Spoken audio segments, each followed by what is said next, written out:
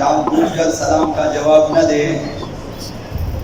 ایک شخص نماز پڑھ رہا تھا، کسی نے باہر سے آ کر اسے سلام کیا، اس پر واجب تھا کہ فوراً سلام کا جواب دے، لیکن اس نے نہ دیا، جان بوجھ کر سلام کا جواب نہ دیا۔ وہ نماز گزار گناہ گار ہے، لیکن اس کی نماز باطل نہیں ہے، اس کی نماز صحیح ہے۔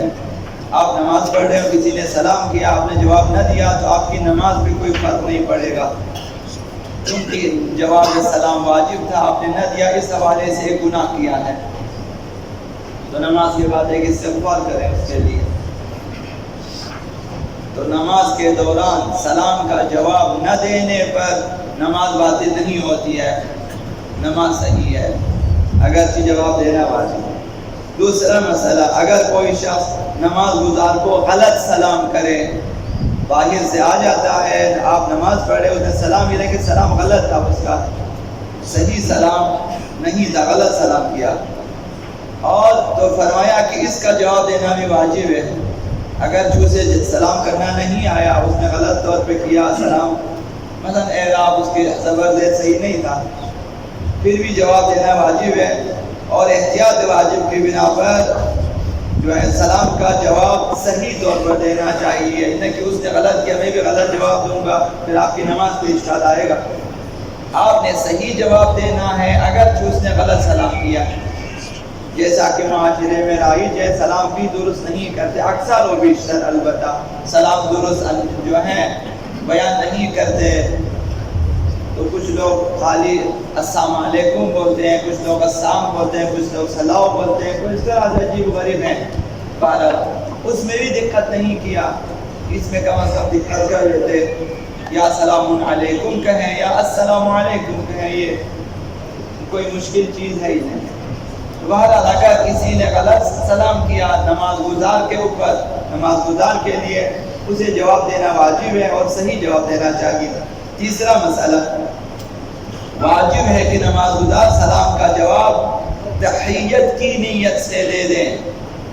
یہ جو عام طور پر ہم لوگ سلام کرتے ہیں اس میں نیت تحیت ہے کہ دعائے خیر ہے کہ تم پر سلامتی ہو، یہ تحیت ہے، اسی نیت سے دے، اور دعا کا قصد بھی کریں آپ، اس کے لیے کوئی حرج نہیں ہے، یعنی خدا و تعالی اس شخص کے لیے سلامتی کی درخواست کرتے ہیں۔ عموماً سلام علیکم میں یہی ہے کہ میری طرف سے تمہارے اوپر خدا و تعالی کی جانب سے سلام نازل ہو، درود نازل ہو، رحمت نازل ہو، یہ ہے،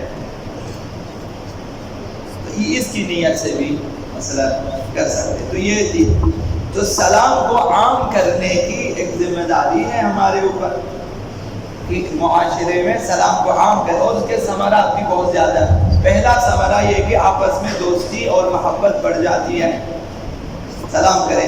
اگر رسول خدا صلی اللہ علیہ وسلم نے ارشاد فرمایا والذی نفسی بیدی، قسم ہے اس ذات کی جس کے قبضے قدرت میں میری جان ہے، لا تدخلوا الجنہ حتی تؤمنوا، جب تک ایمان نہیں لاؤ گے کوئی شخص جنت نہیں جا سکے گا، ولا تؤمنوا حتی تحابوا، اور اس ولا تؤمنوا حتی تحابوا، جب تک ایک دوسرے سے محبت نہیں کریں گے تم مومن نہیں ہیں۔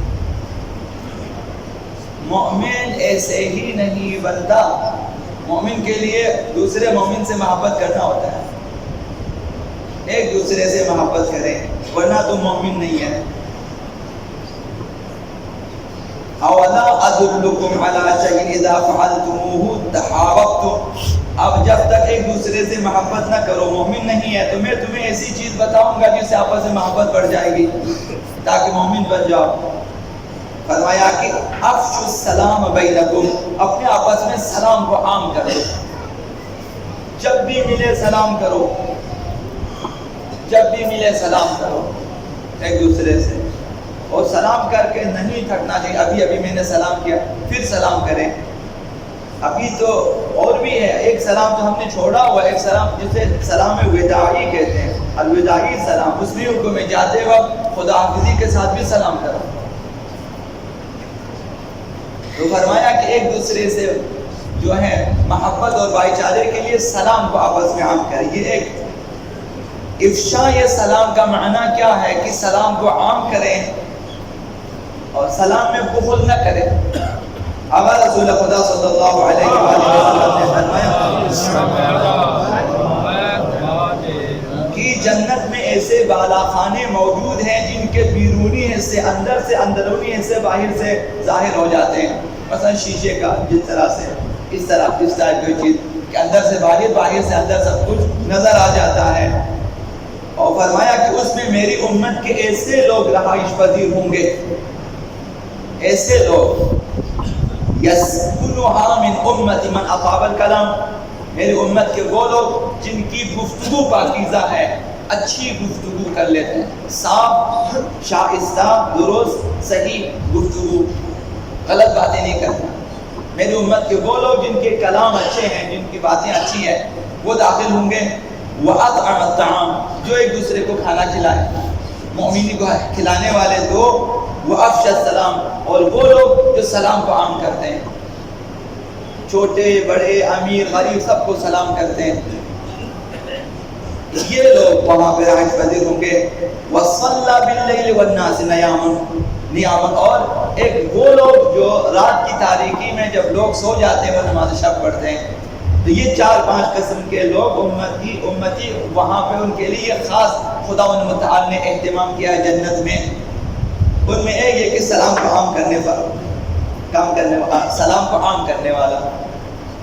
اس کے بعد فرمایا افشاء السلام ان لا یبخل بالسلام, فرمایا کہ سلام کو عام کر دو, اس میں بخل نہ کرو, کنجوسی نہ کرو, سلام کرنے میں تکبر بھی نہ کرو. پیغمبر اسلام بچوں کو سلام کرتے تھے,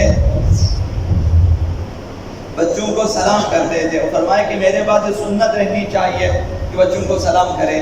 بچوں کو اٹھاتے تھے, گود میں بٹھاتے تھے, بچوں کو سواری پہ بٹھا دیتے تھے. پیغمبر اسلام کے استقبال کے لیے اصحاب کی طرح بچے بھی بھاگ کے جاتے تھے سفر سے آنے پر. اور پھر پیغمبر اسلام فرمایا کہ میرے ساتھ سواری آگے بھی بٹھاؤ پیچھے بھی بٹھاؤ. اپنی سواری پہ بچوں کو بٹھا لیتے تھے. بچوں کو نام رکھنے کے لیے, دعا کے لیے پیغمبر اسلام کے پاس لے آتے تھے. پیغمبر اسلام گود میں اٹھاتے تھے, گود میں بچہ پیشاب بھی کرتا تھا, ماں باپ کو ڈانٹنے کی اجازت نہیں دیتے تھے. اس طرح بچوں کو سلام کرنا پیغمبر اسلام کی سیرت ہے اور ادب اطاعت کی.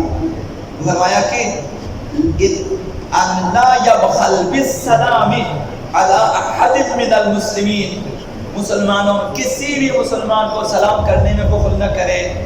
اگر کسی کے سامنے سلام کرنے میں آپ ہچکچاتے ہیں یا آپ سوچتے ہیں کہ میں سلام کروں یا نہ کروں,